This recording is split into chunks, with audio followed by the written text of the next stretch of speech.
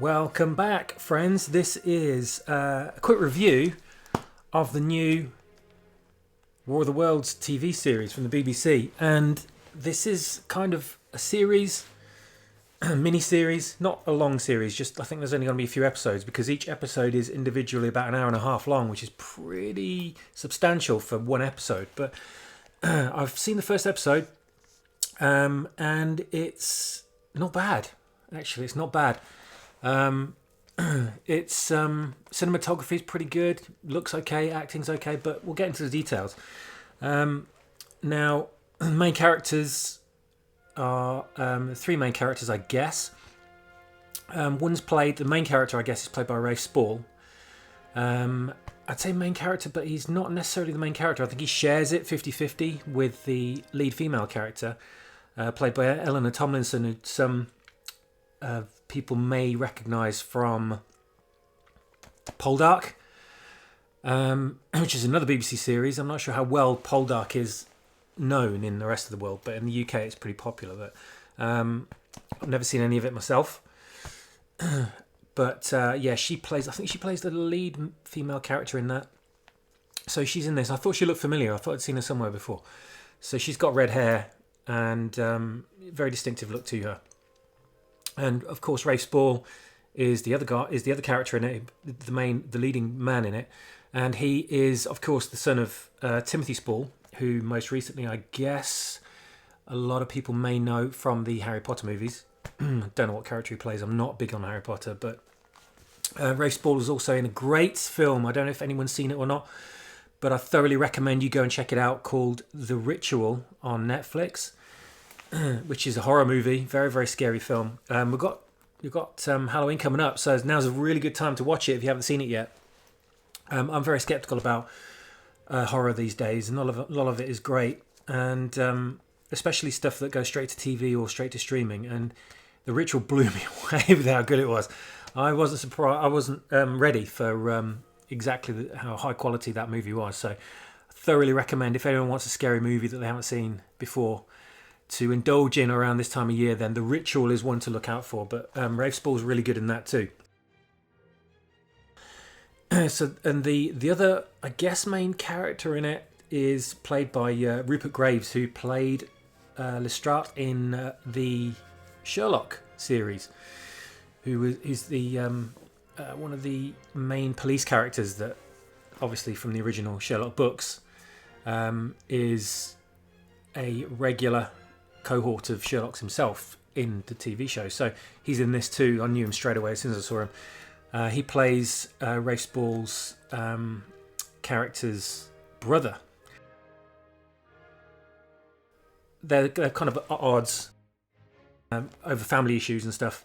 Rafe Spall's character, whose name completely escapes me right now, is in an illegitimate relationship with Eleanor Tomlinson's character. He left his betrothed wife, who turns out to be his cousin. So that was all kind of arranged by their family, and of course it was an unhappy relationship, so he left her, and he's ended up shacking up with Eleanor Thompson's character, who I think is an immigrant from India. She's been living in the colonies in India, as far as I recall from the script, and she's very English, so which made me think straight away, like, India? How is she from India? But then I thought, oh, of course, yeah, colonies. Around about that sort of time. So they're together in this, fighting against the odds of society and the way it frowns on them cohabiting without marriage, things like that.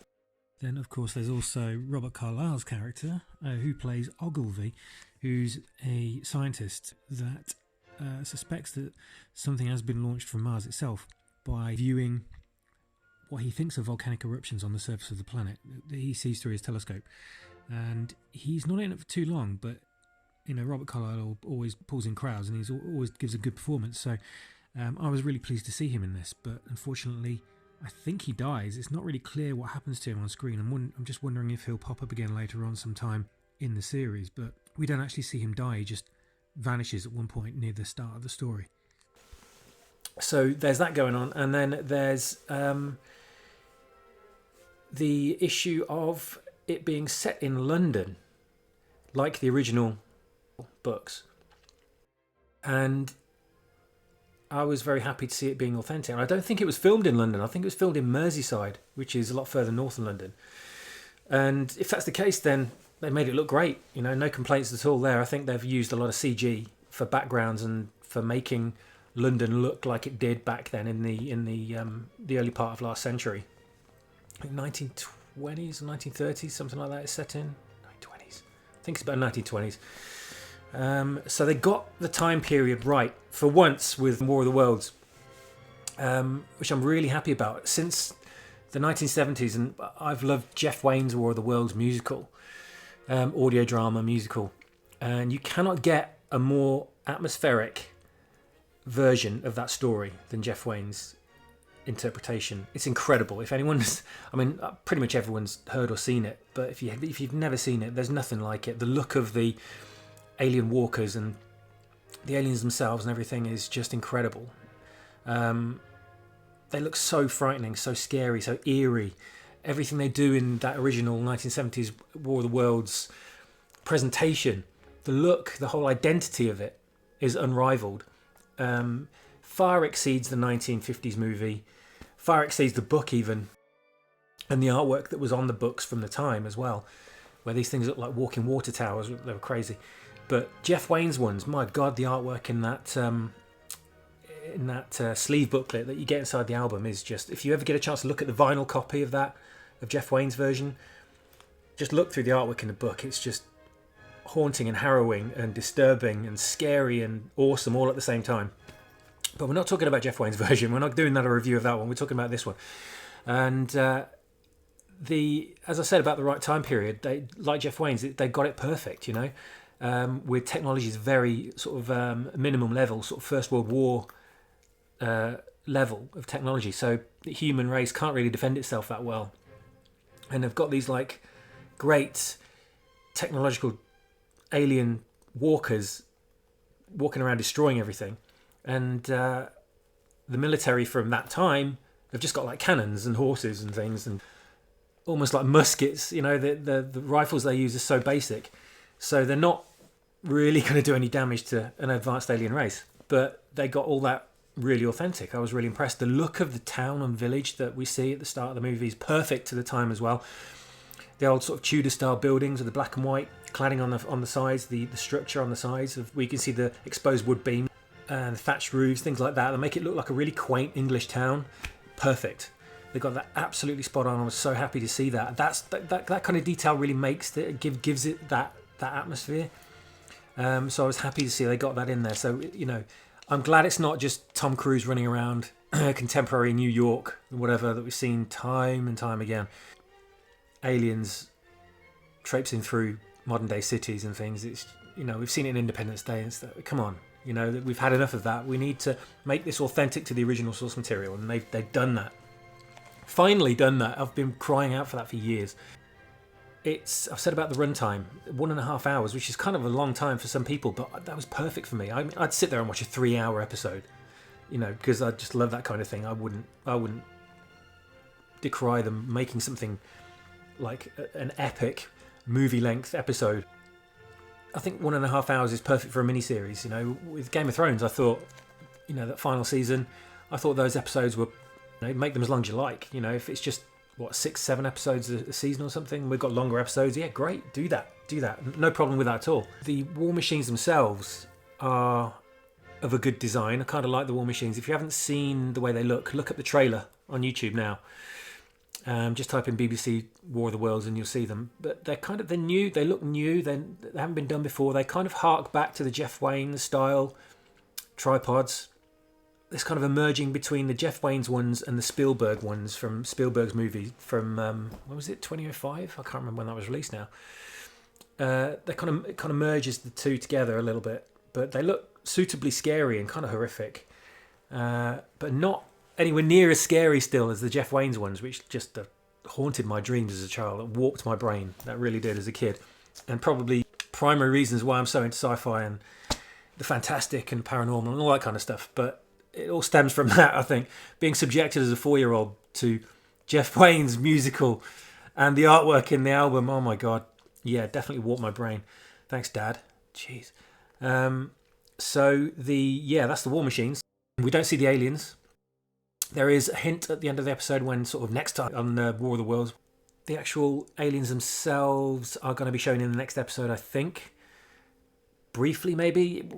May get a glimpse, but right now we haven't seen them. We just see the War Machines. So they're cool. They're obviously all CG. I don't think any of them are practical effects, which is kind of a disappointment. But with a show like this, I can see practical effects taking a long time to produce, and the industry has become so streamlined with CG now that production is sped up so much with the use of it, and I think that's what the BBC have gone for. I mean, it's kind of like Doctor Who these days. Everything's cranked out with CG, and it's kind of the expected thing, especially for TV shows.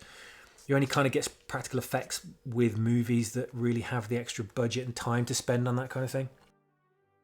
Not that the budget is skimped on this. I think it's a decent budget for a TV show, but it's not quite in the realms of HBO's Game of Thrones, which has kind of set the standard. But it's up there. It's good. It's better than Doctor Who's budget, definitely. Which kind of looks a little bit shonky, but this is impressive as far as I've seen so far. They've changed the lore a little bit with the capsules that land at the start of the story with the War Machines inside. That's kind of all changed around a little bit, where there's kind of like this probe that's launched into the air. It spins around and burns everybody within the vicinity. Don't quite know why yet, but everyone gets burst into flames. They just combust on the spot. Not really explained why. And then the probe itself just dissipates into nothing. And then from underneath the probe in the ground rises up the walker from the ground, although we haven't seen one actually rise up. We just see the ground caving in. That needs to be explained a little bit, I think. We've got like a meteor on the ground that reveals this probe, but underground we've got the walker. So did the walker come with the probe, or was it under the ground already, like in Spielberg's version, or what? What exactly happened? I'm not sure. That needs to be covered. That's the detail they haven't dealt with yet. The show's special effects are great up to a point where you think, okay, this is blatantly CG. I can see it. Some of the matching in the color grading and stuff isn't quite there, but on the whole, it looks okay. It's better than Doctor Who levels, so it's good enough. You could say it's nothing exceptional. We haven't seen the walkers themselves interact with people yet, apart from shooting the energy beams at things and a couple of buildings exploding. And those effects themselves are a little bit weak sauce to me. The actual sound of the energy beam doesn't really sound that horrific. It's kind of just a generic kind of sound. It's not really a or deadly, like horrible. It's like in the Spielberg version when it was just I was like, oh, that's a bit weak. Why don't they kind of put something really horrendous sounding in there, so when you hear people dying and the sounds of war and things like that going on, it sounds horrific to the ears, like war really would.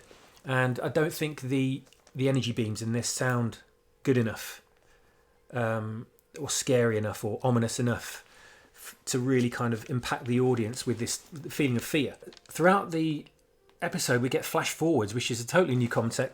They're obviously departing from H.G. Wells' original material, and we're getting flash forwards into the future, like I'm guessing about 5-6 years into the future of the planet after it's been destroyed or colonized by the Martians or the aliens. Everything's red and it's been, burnt, and cities and towns and everything had been destroyed and razed to the ground, and there's kind of townships and hovels around that left in ruins of houses and things like that, where people have congregated and they've kind of formed makeshift societies. And we see one in particular, And I don't quite know how these people have been allowed to live. I'm guessing they are survivors of the war. The war's ended because we see wrecked tripods dotted around. So something's obviously happened to the aliens. So they beat them somehow. But the world suffered and declined into this post-apocalypse kind of landscape where nothing really seems to be surviving. So I don't know how these people have survived for 6 years. But so I'm guessing that's how they're still there and the aliens didn't destroy them. So they're all kind of like trying to get by in this kind of post-nuclear Holocaust sort of environment. Which looked really good. I thought that looked great, but it's a big departure from the original material. I don't quite know what the explanation for this is going to be in future episodes, and I don't know how many episodes there's going to be yet. I'm guessing about 3 or 4 because we got a big chunk of the story in one episode, so I'm guessing 3 maximum with 1.5 hours. I need to look into it and find out how many there'll be, but this one it gave a substantial amount of the story to the audience in one big chunk, so there can't be many. And you've got to think about the budget and things like that as well. So I think anything more than 3 episodes at that length is going to inflate the budget way too much. I'm reckoning it's going to be about 3.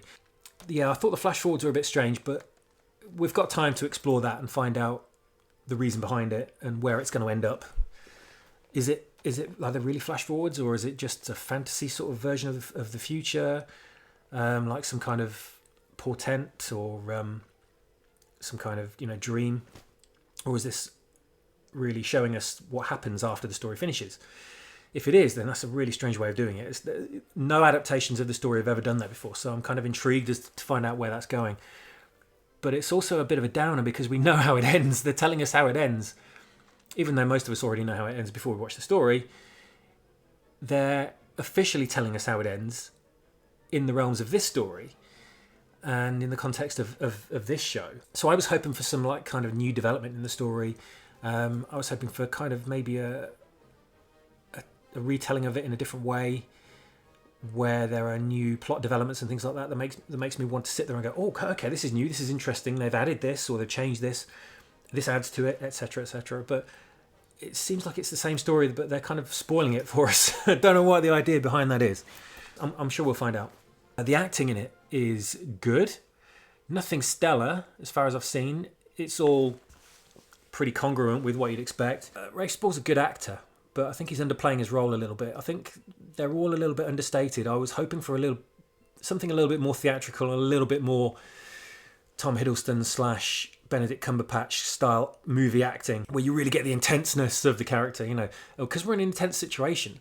And a lot of the characters don't, when they're reacting to something that's going on, like a 60-foot tall tripod walker walking overhead, and you're just standing there with a little bit of a furrowed brow and you're not saying anything. You've never seen anything like alien technology before in your life, and you're just standing there going, with an expression on your face that just says, oh, that's unusual. But not, this Rafe Spall's face doesn't even really emote that much. I mean, there's not an awful lot of horror or anxiety going on the character's face, unfortunately. I think that the sense of urgency and the sense of panic and the sense of horror could have been transferred to us a lot more believably by the actors. I thought Eleanor Tomlinson's acting was great. She was kind of intense enough for the role. She looked like she belonged in that situation and in that within those incidents that were happening, and it was actually going on around her. The other characters I'm not so sure about. They did feel as if they were kind of green screening it a bit. Maybe that'll improve with future episodes, but if you watch the episode, I'm sure you'll guess as well that you're not quite drawn in by what they're doing. They're not really transferring the sense of what it would be like in that situation across to the viewer too well, which is a bit of a shame, really, because people would be crapping their pants and peeing themselves and screaming blue murder and just running around like crazy, tearing their hair out if this was happening. Not just standing there trying to keep a stiff upper lip and trying to keep their head together. People would just be losing their minds, like they were in the Jeff Wayne's version. In the illustrations in that booklet, you can see people just the look on their faces. This is what I was hoping to get from this, and I didn't really get that. The feeling of dread, like I just kind of outlined, really, that something like The War of the Worlds should provoke a feeling of dread, like the radio drama that Orson Welles did in, I can't remember what year it was now, 1940s was it? Or 1950s? Something like that. That convinced everyone that an actual alien invasion was happening. Really did instill a sense of dread. When you go back and listen to that, it sounds horrific because it's so realistic, the way it's done, and the way everything's conveyed so realistically. You get this sense of abject terror, even though you can't see anything. What's going on in your head is kind of evokes this terror. So you have to fill in a lot with your own imagination. You don't get to see the aliens or their machines an awful lot in this, so a lot of imagination is required from the audience still, and it does encourage you to work, to get your imagination muscles working, but you don't really get that sense of, I mean, like in Jeff Rain's version, if you listen to that and look at the artwork, it gets your heart going when you look at it and you think, this is just worse than nuclear war. When you see it, what happens to the world with these things, walking around, and what they do to people and the landscape and buildings and things, and it's genuinely horrific. And I don't think the Spielberg movie tried to do that, and it didn't quite manage it because it's set in present day. It needs to be set, over a century ago, so or around about a century ago, for it to work properly. This kind of does it to an extent, but we're not really getting the sense of horror. And I understand they kind of have to sensitize it a little bit for TV, but we could still have things, like the black smoke and the red weed, and people having their blood drawn out of them and things like that, which were all part of the original story. You don't necessarily need to show graphic detail. But those kind of things still need to be in there to get the true horror across. We did get the black smoke in there. I was very happy to see that. There was right toward at the end of the episode, there was one of the walkers trudging around the city, emitting black smoke over the crowds and things, which I thought was a great addition. But still, I didn't get the kind of the heart-pounding anxiety and fear that it should have got across. Maybe it's to do with the soundtrack, but the soundtrack was kind of only okay. But it needs to pierce through your kind of your shield that we've all built up as adults. When you're children, that we don't really have a shield. We're so open and vulnerable to things like horror and horrific images and things like that, and it scares the hell out of us. The slightest thing can scare the hell out of us when we're little kids. But as adults, we become very desensitized to it. We've built up a shield to it.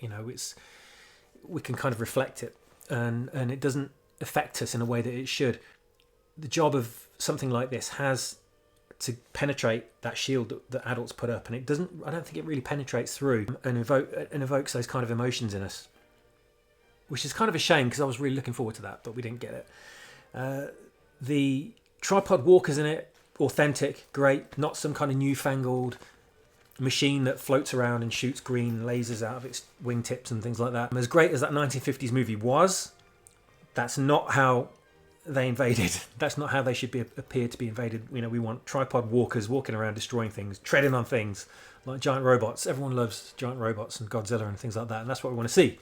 Cities being destroyed by giant aliens. I mean, there's nothing greater than that. They got that bit right. Maybe we'll get a lot more of that in the next episode. I've already said about the black smoke. Great addition. I'm glad they put that in because we've not had that before in any visual version of it, to my knowledge. The sound coming from the walkers is good. There's good sound design. It should be a lot eerier and a lot louder. It kind of sounds almost like it's incidental music rather than sound effects coming from that have been added on, alien kind of sound effects or vocal sounds. In the Spielberg movie, we kind of got this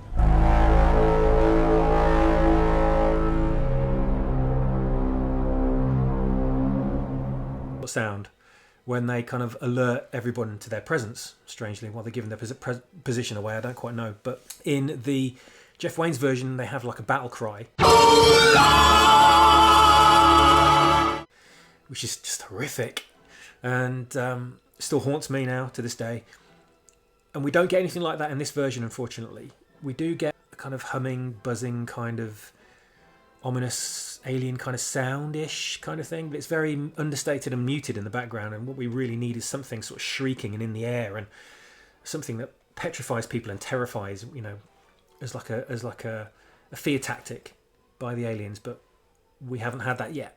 And one thing I wondered as well after watching it is, will it have the same outdated ending of the original book, which is getting into spoiler territory for anyone that's never seen or known of War of the Worlds, is the aliens are subject to Earth's biological contagions to their personal biology. So bacteria just ends up killing them.